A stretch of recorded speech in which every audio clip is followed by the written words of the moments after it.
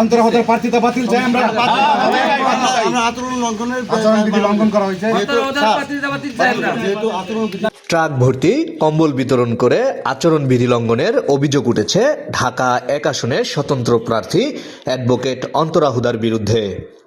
রোববার সকালে ঢাকার দোহার উপজেলার আউলিয়াবাদ এলাকায় ইউনিয়ন বিএনপির সিনিয়র সহসভাপতি ফারুক মোল্লা নামে এক ব্যক্তির বাড়িতে স্বতন্ত্র প্রার্থী অন্তরাহুদার দেয়া শতাধিক কম্বল আটক করেন এলাকাবাসী ও ইউনিয়ন বিএনপির নেতৃবৃন্দ। এ নিয়ে ক্ষোভ প্রকাশ করেন বিএনপির নেতাকর্মী ও স্থানীয় বাসিন্দারা। ৯ নম্বর ওয়ার্ডে অন্তরাহুদার ট্রাক ভর্তি কম্বল ঢুকছে। ঠিক আছে, কম্বল ঢুকছে কোথায়? বলো যে ফারুক মোল্লার বাড়ি।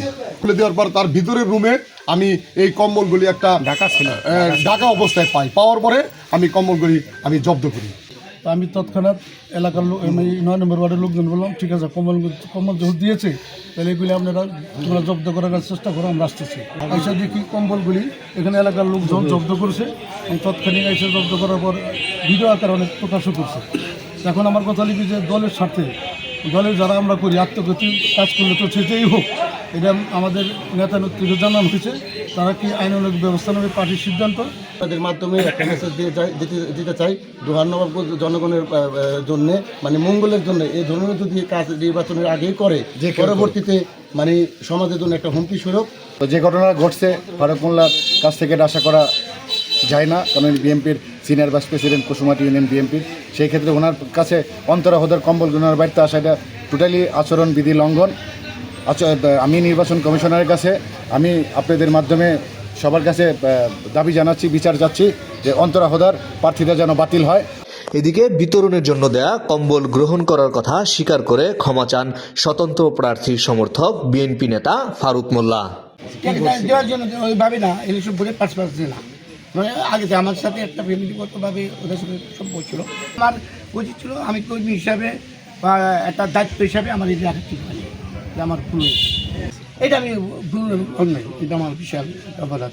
আমি যেহেতু দল করে আমার এটা রাখা ঠিক হয় নাই। নির্বাচনের আচরণবিধি স্পষ্ট লঙ্ঘন করায় ফারুক মোল্লাকে প্রাথমিক সতর্কতামূলক অর্থদণ্ড দেন নির্বাহী ম্যাজিস্ট্রেট তাসফিক সিকবাতুল্লাহ।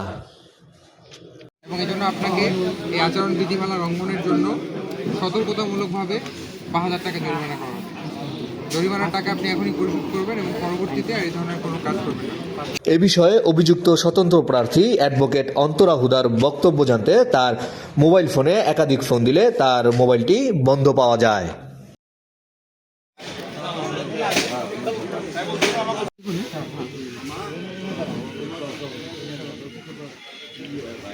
যে প্রার্থী হন, যে দলেরই হন, আপনারা কাইন্ডলি এই আচরণ বিধিগুলো মেনে চলবেন।